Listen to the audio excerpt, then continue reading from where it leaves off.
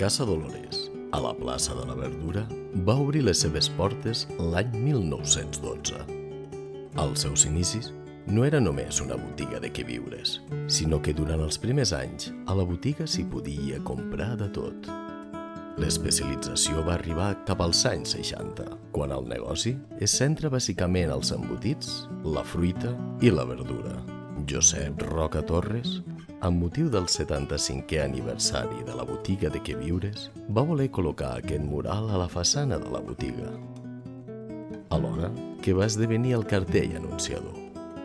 Josep Roca va realitzar el disseny, incorporant la silueta de la torre del castell i el campanar de l'església a l'esbós.